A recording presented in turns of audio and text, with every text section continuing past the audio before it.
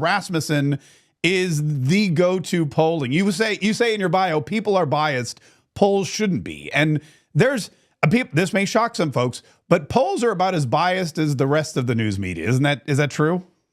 I mean, most of the pollsters now are the news media. Yeah. So yeah, absolutely true. What makes a poll? I mean, because the question we get all the time is people come up to me, they go, "Oh my God, Mark, Mark Kaye, help me because I'm watching the polls on CNN, I'm watching the polls on the New York Times, and all the polls say Kamala's winning." And I tell them, I go, "That's not. You just can't believe the polls." And they tell me why not. So I try to explain it. But you're the pollster. Explain, if you could, why polls are biased and why the mainstream polls that people are getting information from should not and cannot really be trusted. Yeah, absolutely. And there's a ton of reasons why. And everybody needs to understand that polls are essentially content. They really are. And in my opinion, I'm putting out data and I help people interpret like what I put out and what the data says. Yeah. And I'm not going to lie about it because I'm showing you the data.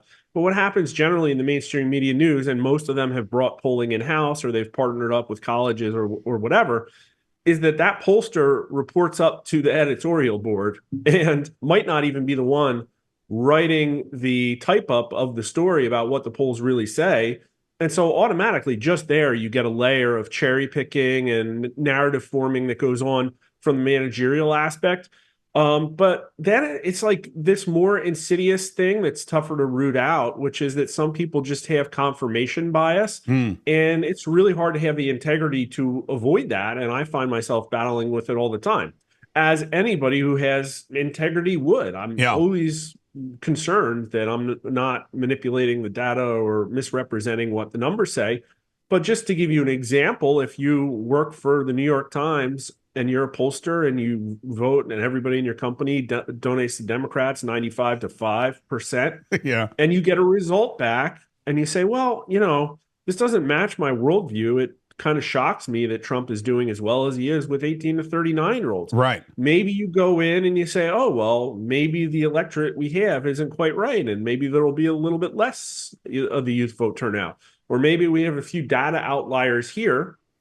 And what happens is that even sometimes data gets thrown out. Like, listen, I could throw out data points in my surveys if I wanted to all the time.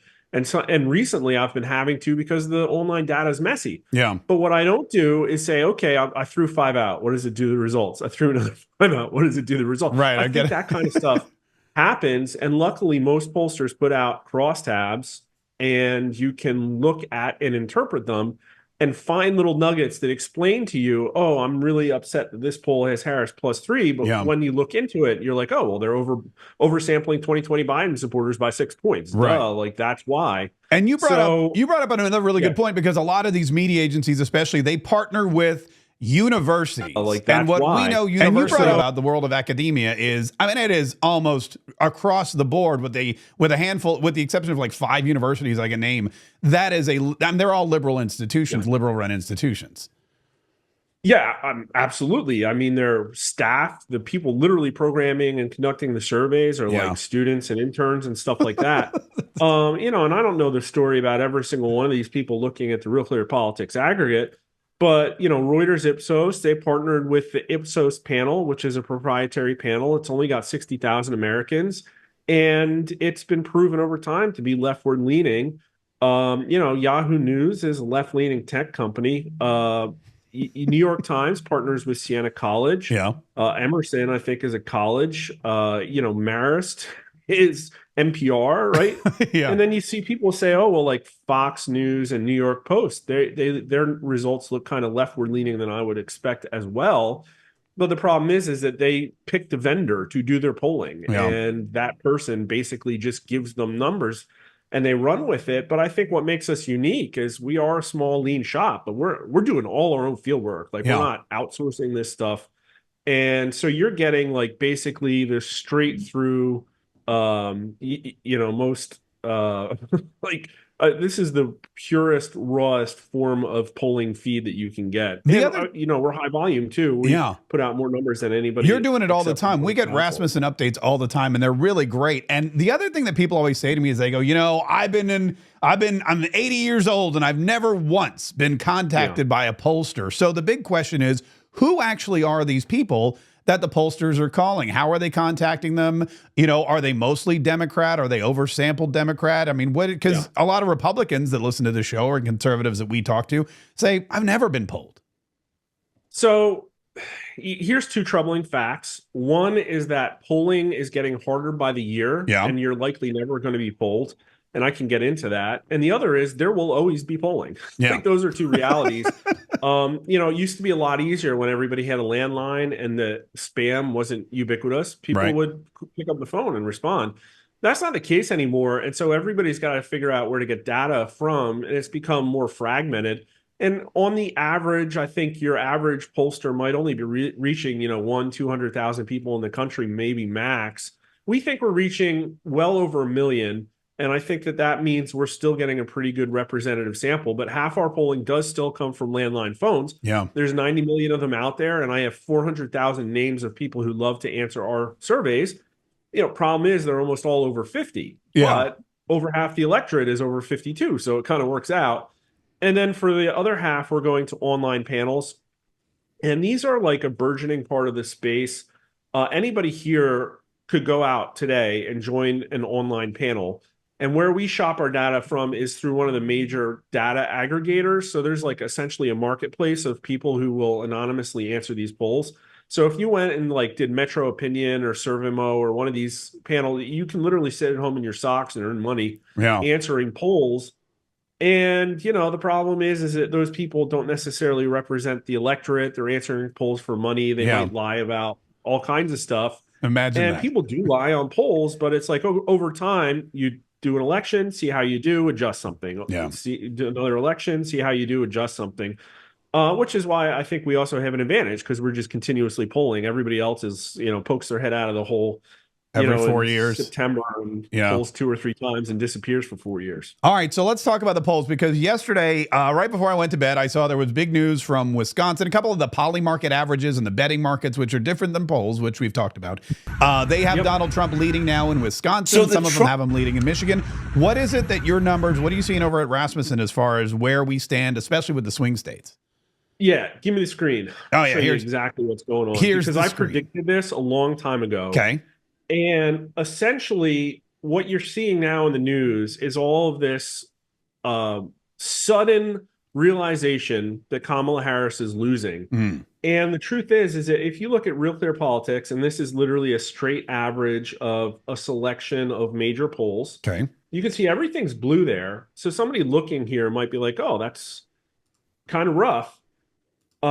She's only leading by 2 points in this aggregate, which is worse than Hillary Clinton and Biden were doing she is up +2. Hillary Clinton was up +3 to 5 points. Joe Biden was like 7 or 8, right?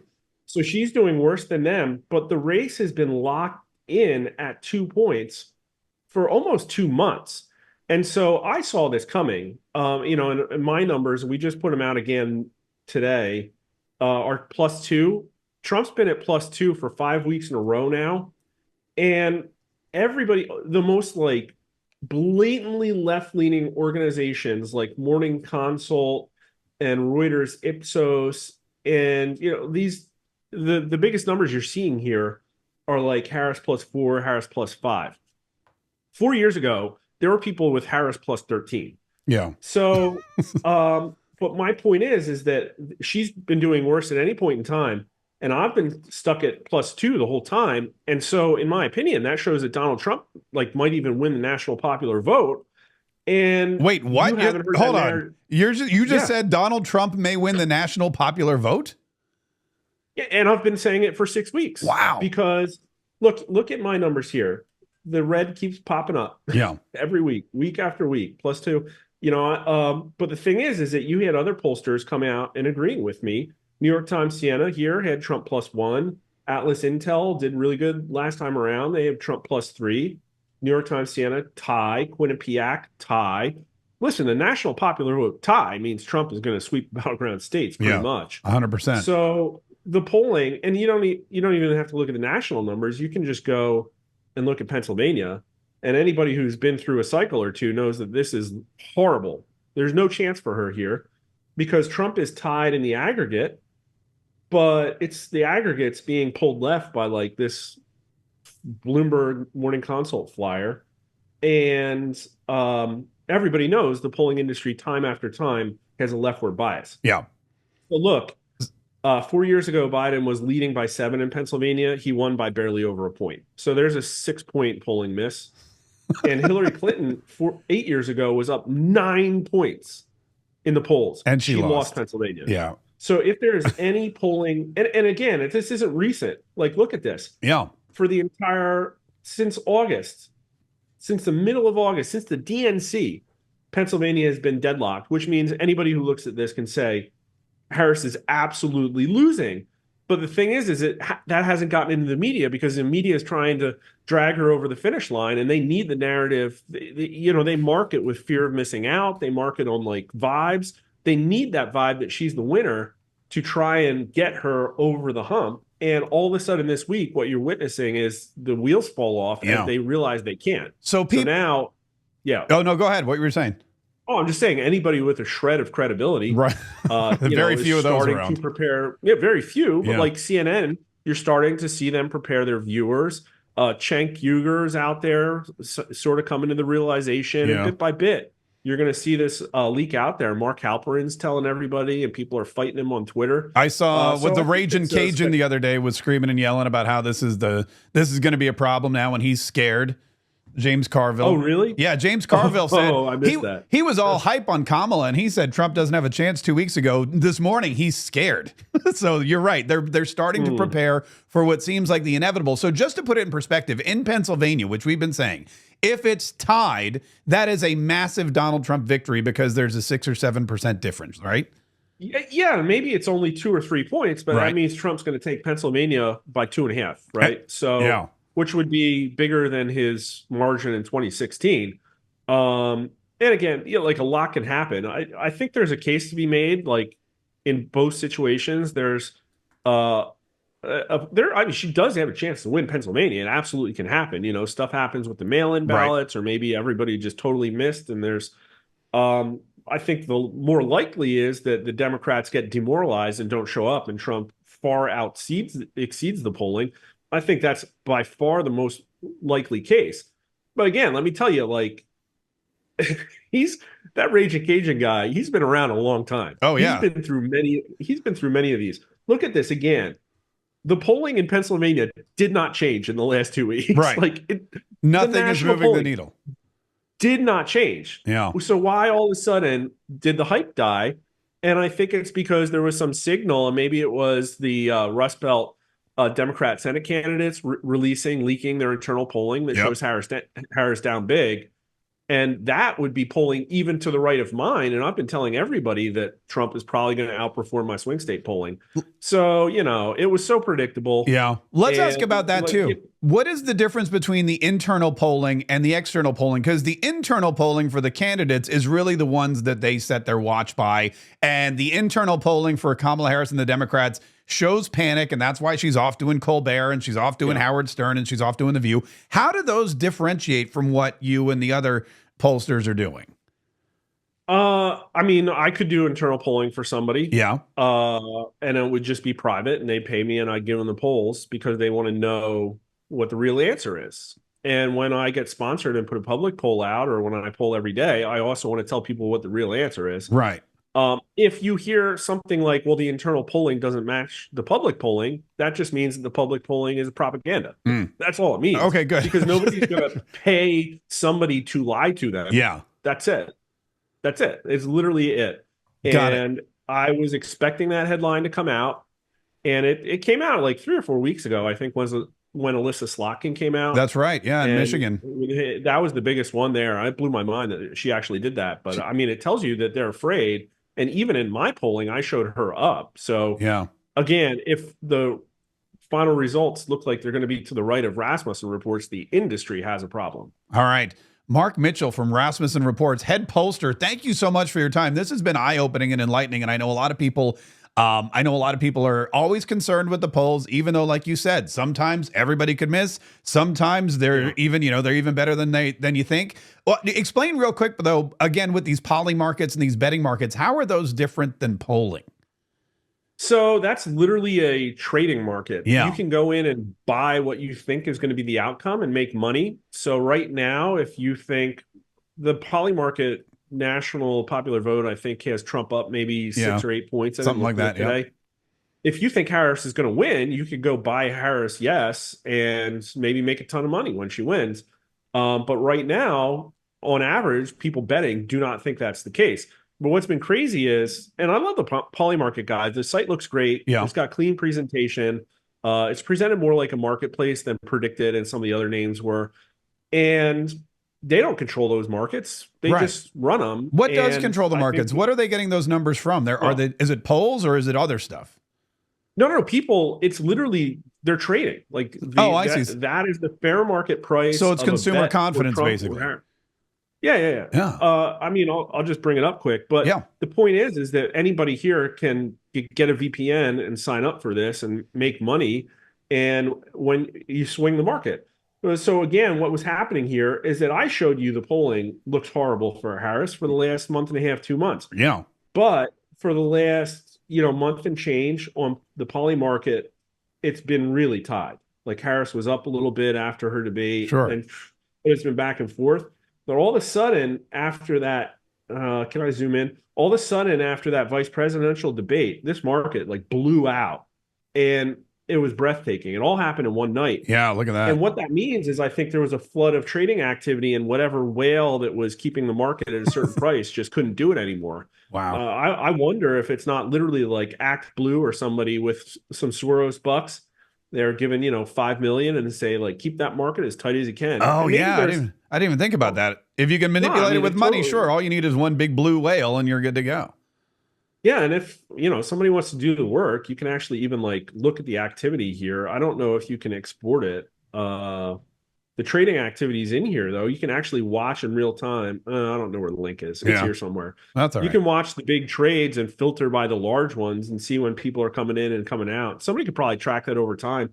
And, I wouldn't put it past maybe like this is when Elon Musk's check cleared. Who knows, right? But the point is that now all of a sudden, the prediction market agrees with what I think the polling, and this is a lot easier for anybody to interpret than the polling. All right. Like I can interpret the polling, but I'm a pollster. But here, look, it's like Pennsylvania. Trump's the 10-point favorite. There's no way to sugarcoat that for Harris. Yeah. Many markets say she's losing Pennsylvania. Mark Mitchell from Rasmussen Reports, the head pollster, which we really appreciate your time again. Hold on, let me pop you back in there. I got some. There you go. And now if people want to go get your polls and your information and they want to keep track with what's really going on from the best pollster in the industry, where do they go? Twitter at Rasmussen_poll, or go to our website, RasmussenReports.com. You can get a free daily newsletter that shows you like all the stuff we put out. All of the crosstabs for the election stuff are open to the public and not behind a paywall. And we'd really appreciate it if people could support us with a Twitter subscription or a reader subscription.